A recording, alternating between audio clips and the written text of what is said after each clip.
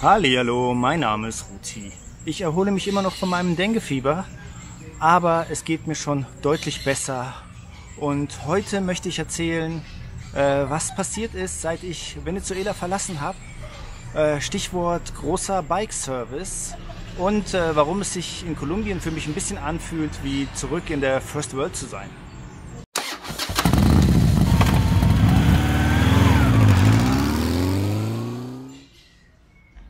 Also als erstes zu meiner Krankheit. Ich habe ja im letzten Video erzählt, ich habe Denguefieber mir eingefangen und wie man vielleicht sieht, auch wie man vielleicht an meiner Art merkt, es geht mir deutlich besser. Heute habe ich den letzten Bluttest-Check gehabt und der Arzt hat gesagt, jetzt bin ich wieder offiziell gesund. Ich bin zwar noch ein bisschen müde und ich soll langsam machen und so und ich soll aufpassen, dass ich mich nicht nochmal infiziere, weil dann ist es meistens schlimmer. Aber ich habe es jetzt überstanden. Heute ist Mittwoch und in 2 Tagen, Freitag, will ich losfahren. Es gab wieder einen Kommentar, der gesagt hat, ja, das Video mit dem Denguefieber ist ja 1 Jahr zurück und so. Das ist Quatsch. Ich blende auch ich habe mich am Anfang immer daran geweigert, aber seit ein paar Monaten blende ich immer im Video ein, bei der Ortseingabe, von wann das Video ist, wann die Aufnahme stattgefunden hat, damit ihr euch orientieren könnt, ob es jetzt eine Geschichte von vor einem Jahr ist oder von jetzt. Heute ist der 13. März 2024. Derjenige hat dann auch geschrieben gehabt, dass es sich ja dann eigentlich nicht lohnt, mir gute Besserung zu wünschen und so weiter. Doch, es lohnt sich sehr und ich habe mich sehr, sehr gefreut, wie viel Anteilnahme es gab, wie viele Leute mir gute Besserung gewünscht haben, ob auf Instagram, Facebook oder hier bei YouTube. Super, super nett. Vielen, vielen Dank. Das hat wirklich auch aufgebaut. Das war super nett. Vielen Dank. Ja, jetzt zum Thema. Also, ich bin ja aus Venezuela nach Cúcuta gefahren. Also San Cristóbal, Cúcuta, das ist quasi die Grenzregion. San Cristóbal liegt noch in Venezuela und Cúcuta liegt in Kolumbien. Und dort bin ich über die Grenze gefahren. Das hat auch soweit alles ganz gut geklappt. Und die erste Sache, die ich machen wollte, hat mit den Paketen zu tun, die ich geschickt bekommen habe. Ihr erinnert euch, ein paar Videos habe ich schon gemacht darüber, was war in den Paketen drin, die ich mir aus den USA schicken lassen habe oder die aus allen möglichen Erdteilen in die USA geschickt worden sind und dann nach Venezuela geschickt worden sind. Unter anderem Quadlock oder Kleinteile. Und ja, es waren aber noch mehr Sachen drin. Meine Radnabe. Ihr kennt die Geschichten oder diejenigen, die meine Reisen schon lange verfolgen, kennen die Geschichten. Ich hatte bei 30.000 Kilometer in Bosnien einen Radlagerschaden, habe das nicht erkannt gehabt und bin damit noch 1.000 Kilometer gefahren, bis das Radlager total im Arsch war. Also das ganze Rad, ich habe mir den Bremssattel kaputt gemacht und so. Das kann man alles nachgucken in den Videos und so. Es hieß dann von mehreren Yamaha-Händlern, ist alles in Ordnung, kein Problem. Ich habe den Bremssattel halt ausgewechselt, aber die Narbe und so, alles ist top.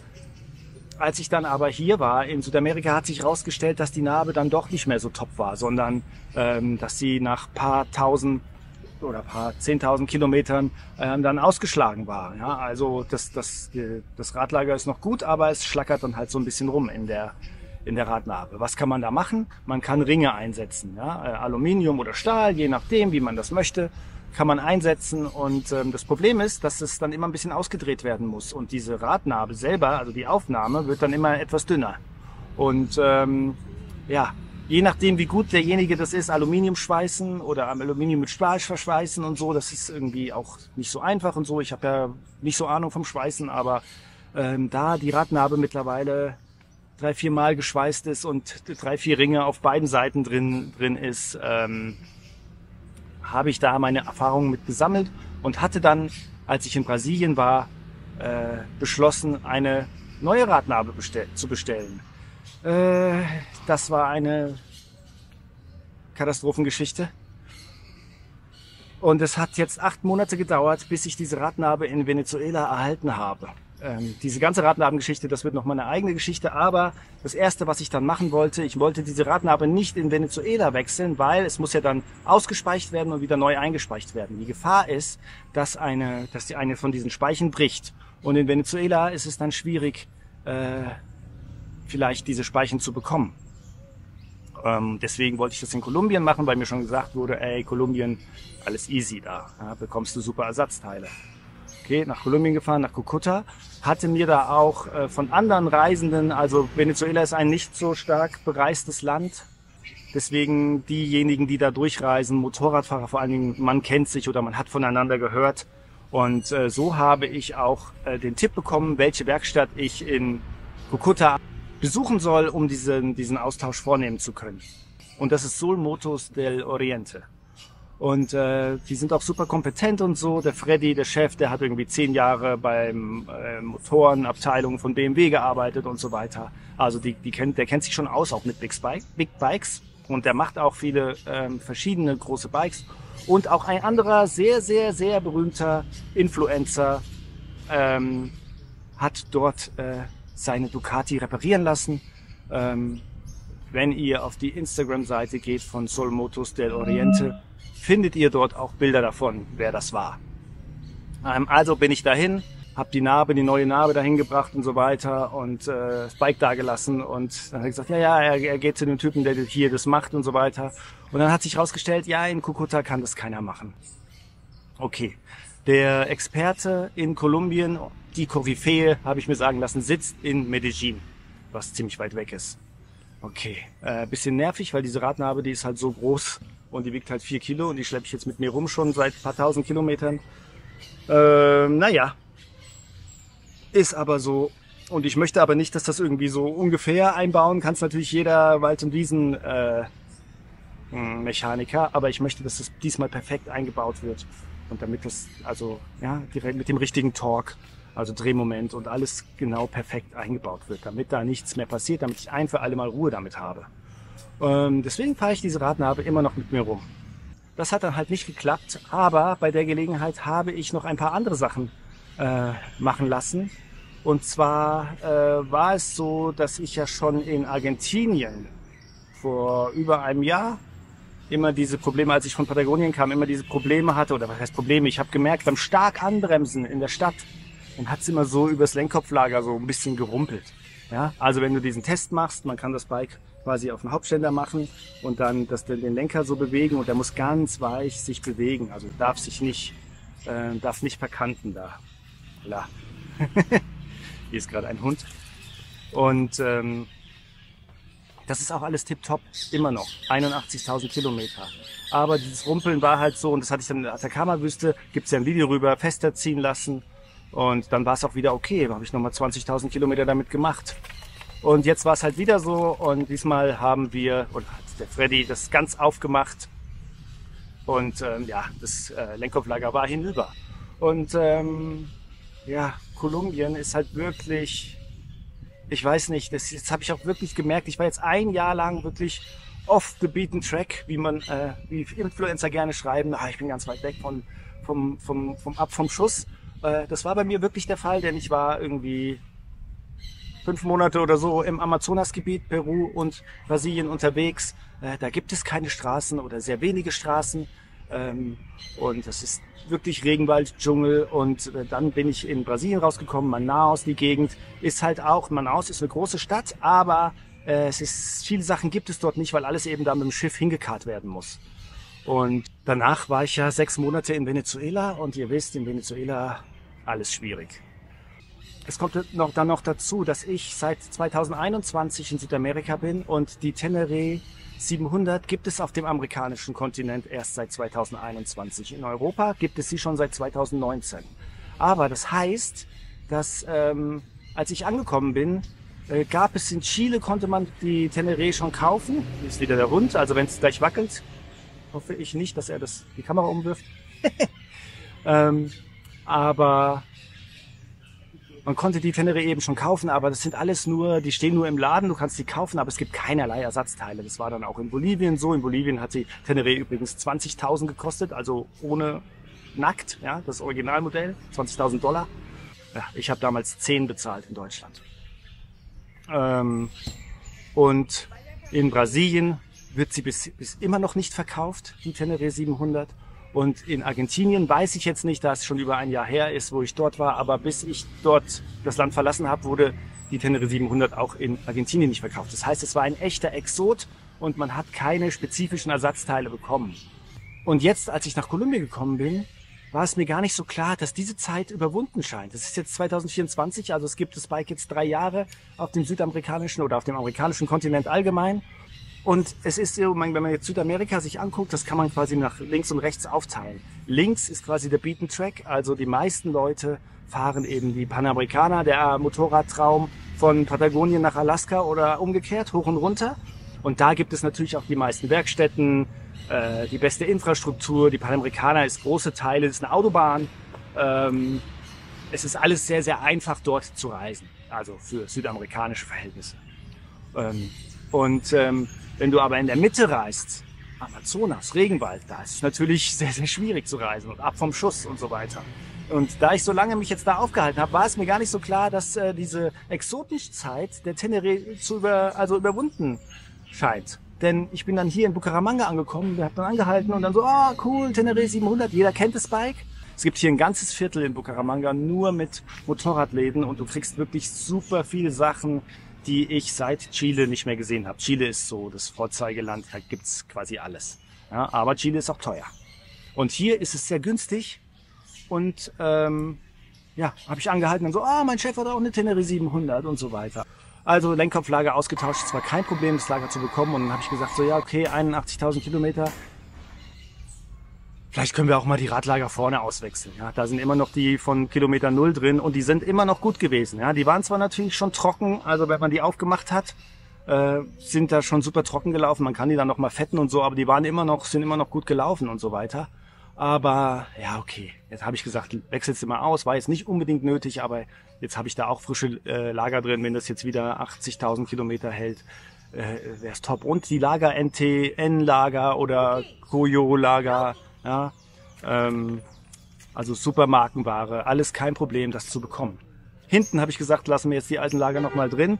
Ich meine, die wechsle ich ja alle 10.000 Kilometer aus, also keiner wechselt so oft die Lager aus hinten wie ich, weil die immer im Arsch sind wegen der kaputten Narbe. Und da habe ich gesagt, ja, wenn die Radnabe dann gewechselt wird, dann werde ich auch dann die Lager natürlich wechseln und so weiter und so fort. So, das habe ich gemacht. Dann Venezuela, habe ich ja schon in meinem Venezuela-Video erklärt. Benzin ist sehr schlecht. Ich hatte Ride to Kite, also ein reisendes Pärchen mit KDMs 96, die habe ich an der Grenze zufällig getroffen. Und die haben mir dann erzählt, ja, es gab irgendwie, Leute haben es getestet, wie viel Oktan das Benzin teilweise in Venezuela hat und teilweise 80 Oktan, was halt wirklich wenig ist und da muss man sich auch nicht wundern. Also eine KDM 99, wenn die getankt hat auf der Isla Margarita, sofort nach dem Tanken ist sie gar nicht gefahren. Die Teneré ist sehr, sehr gutmütig damit, aber da ist es auch so, wenn du einen Monat oder so oder ja, länger immer dieses schlechte Benzin tankst, ist es schlecht. Du kannst natürlich Oktanbooster reinmachen, habe ich auch immer gemacht, habe ich auch gesagt, würde ich empfehlen. Aber es wurde empfohlen jetzt kämpfen hier die Hunde, nachdem man Venezuela verlassen hat, soll man auf jeden Fall einen Ölwechsel machen. Also habe ich jetzt auch einen Ölwechsel gemacht, feinstes Motul wieder drin. Ich habe jetzt einmal voll synthetisch reingemacht gehabt in Brasilien, habe da eigentlich keinen Unterschied gemerkt, deswegen ich mache jetzt wieder teilsynthetisch rein. Ich hatte ja auch erzählt, dass meine Bremsflüssigkeit, der Wechsel fällig war. Also alle 2 Jahre soll man die Bremsflüssigkeit wechseln bei der Teneré. Und es hatte dann jemand geschrieben, ja, die musst du auch nur wechseln, wenn das irgendwie trüb ist, dass die Bremsflüssigkeiten oft ist, geht's noch viel länger und so weiter. Das war jetzt bei mir 2 Jahre, 4 Monate, habe ich gesagt, ja, jetzt wechseln wir auch mal die Bremsflüssigkeit. Und hinten und vorne gewechselt. Und ich muss sagen, ich habe halt gedacht, ja, das ist noch tipptopp und so weiter. Ist auch nicht weich gewesen, die Bremse oder so. Aber jetzt, wo das Neue drin ist, die Farbe ist halt ein Unterschied wie Tag und Nacht. Also ich sage immer so, jetzt ist es sehr klar, also so wie klares Urin. Und vorher war es so wie Urin eines sehr alten Mannes. Also es war schon sehr, sehr trüb. Deswegen war es, glaube ich, ganz gut, dass das auch mal gewechselt wurde.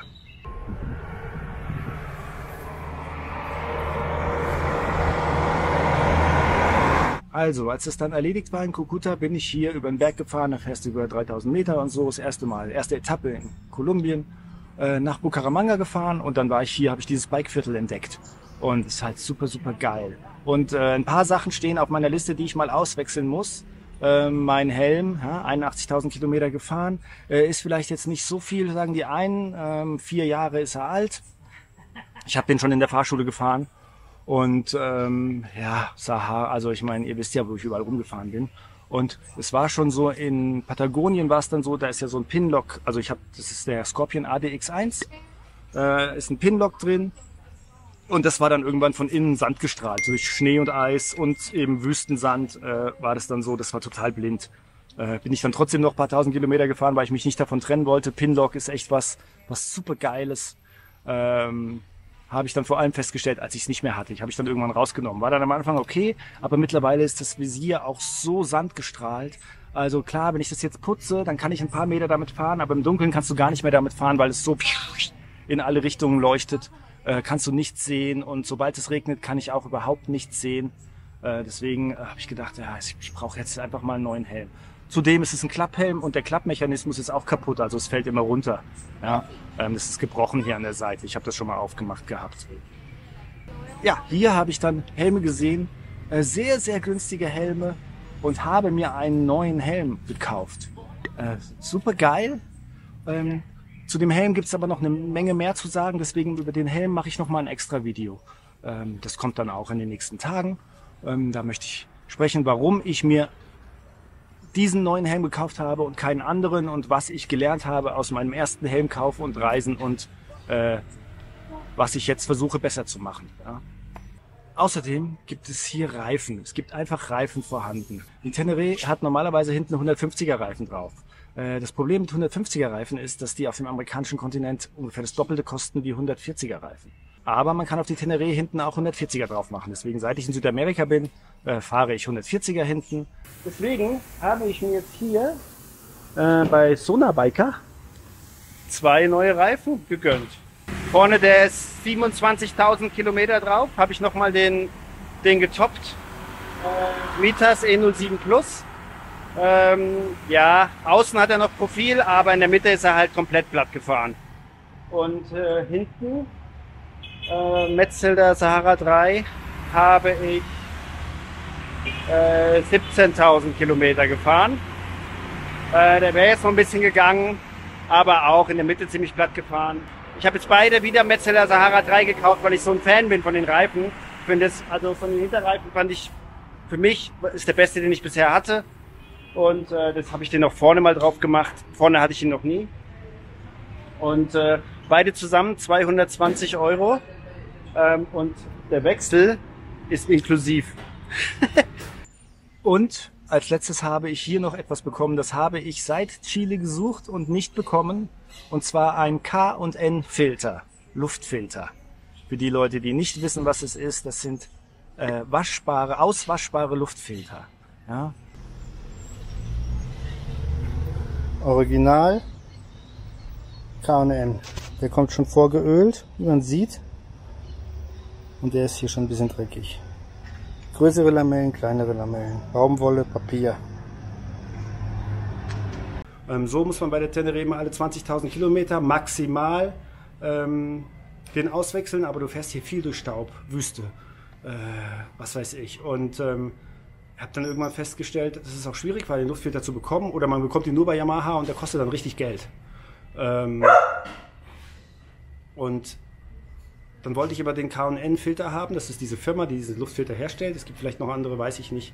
Aber habe ich nicht mehr bekommen. In Chile hatte ich das gesehen, da war ich damals zu geizig. Habe ich so, brauche ich nicht. Und dann musst du ja auch noch dieses Öl haben und diesen Reinigungsdings und so mitschleppen. Brauchst du nicht, brauche ich nicht. Dann habe ich es bereut und jetzt habe ich ihn hier wieder gefunden. Ja, was ist besser daran? Bekommt besserer Luftdurchsatz. Es ist halt Baumwolle und kein Papier. Besser, es kommt mehr Luft durch. Bis 80.000 Kilometer kannst du den fahren, ohne den auszuwaschen. Ja, wenn du das genau damit recherchierst, die Formel 1 fährt auch K&N Luftfilter und so. Das ist halt einfach, kommt mehr Luft durch, mehr Leistung. Ist einfach alles besser für den Motor. Und dieses Reinigungsding habe ich mir auch noch dazu gekauft. Da war ich jetzt nicht so sicher, ob das schlau ist oder nicht. Das sind halt 2 solche Flaschen. Ist klar, vielleicht muss ich den jetzt erst wieder in 40.000 Kilometern waschen. Aber wenn ich ihn dann waschen muss, dann brauche ich das Öl und dann gibt es es wieder nicht mehr. Jetzt habe ich es halt, schleppe ich es halt mit mir rum. Ja, ist so.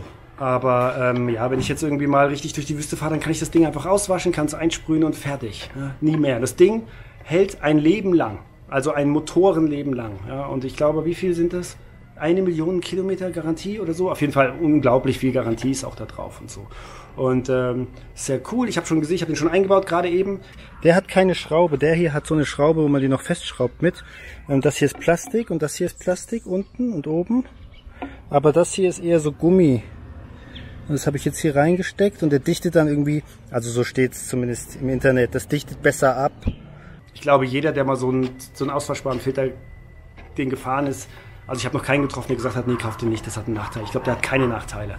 Und diese 70 € hat er mich jetzt gekostet hier. Die hätte ich längst drin gehabt, hätte ich gleich am Anfang auf einen waschbaren Filter gesetzt. Ja, das ist passiert, bevor ich mir Denge eingefangen habe. Also ich habe hier den großen Service gemacht, Helm ausgetauscht, Lenkkopflager ausgetauscht.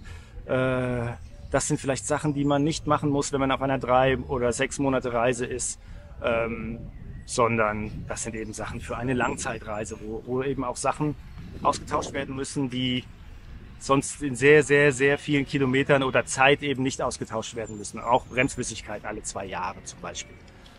Ich hoffe, es war interessant. Ich freue mich, dass das Bike jetzt super fresh ist und hoffe, dass das alles gut ist. Nicht, dass es jetzt auseinanderfällt. Und bedanke mich für die Aufmerksamkeit. Wie gesagt, zum Helm kommt noch mal ein extra Video. Und es ist immer noch so mein Kalender. Diejenigen, die meinen Kalender gekauft haben, wissen ja, welches Bild diesen Monat drauf ist. Und das muss ich auch noch machen jetzt. Ne? Im März ist noch das Kalendervideo fällig. Und ich hoffe, dass ich jetzt am Freitag weiterfahren kann. Ja, ich will jetzt hier weg mit den Hunden. Es war jetzt so eine mittelgute Idee, jetzt hier im Park rumzuhängen. Es sind 1000 Fliegen hier und so weiter. Bin froh, dass ich jetzt mal ein Jahr immun bin gegen diese Dengue-Sache, weil sonst hätte ich hier schon wieder Panik. Und ja, Hundekläfferei und so weiter. Stinkt auch noch scheiße. Also, naja. Also vielen Dank. Ich möchte mich noch bedanken für die Unterstützung bei Road King, Gerd und Tempo 37 km/h. Vielen, vielen Dank. Ihr helft mir sehr. Und ich hoffe, ich kann jetzt bald weiterfahren. Auf Wiedersehen. So sieht's hier aus.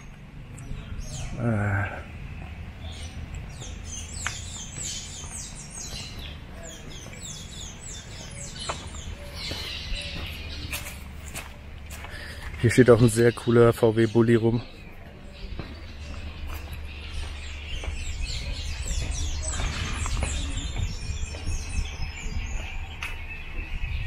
Und ja, ihr seht, umgeben von hohen Bergen, Bucaramanga, das hier ist ein Wohnviertel, relativ sicher. Ach so, zur Sicherheit kann ich vielleicht auch noch mal sagen, hier ist es jetzt ein super sicheres Viertel. Also ich habe mein Bike nachts draußen stehen, ja, was natürlich in Südamerika normalerweise machst du das nicht. Aber es ist schon so, dass alle Fenster auf dem ganzen Kontinent immer vergittert sind und so. Also Leute, die gedacht haben, die jetzt irgendwie kommentiert haben, ja, in Deutschland ist es genauso unsicher. Das ist halt völliger Bullshit. Wenn wir in ganz Europa 4 Meter hohe Mauern haben, obendrauf noch mit Stacheldraht und gerne noch Kamera versehen und alle Fenster vergittert und nachts kannst du in den meisten Vierteln nicht rausgehen und so. Wenn wir da weit sind, dann können wir weiterreden. Hier Stacheldraht ist ganz normal und das hier ist ein super safes Viertel.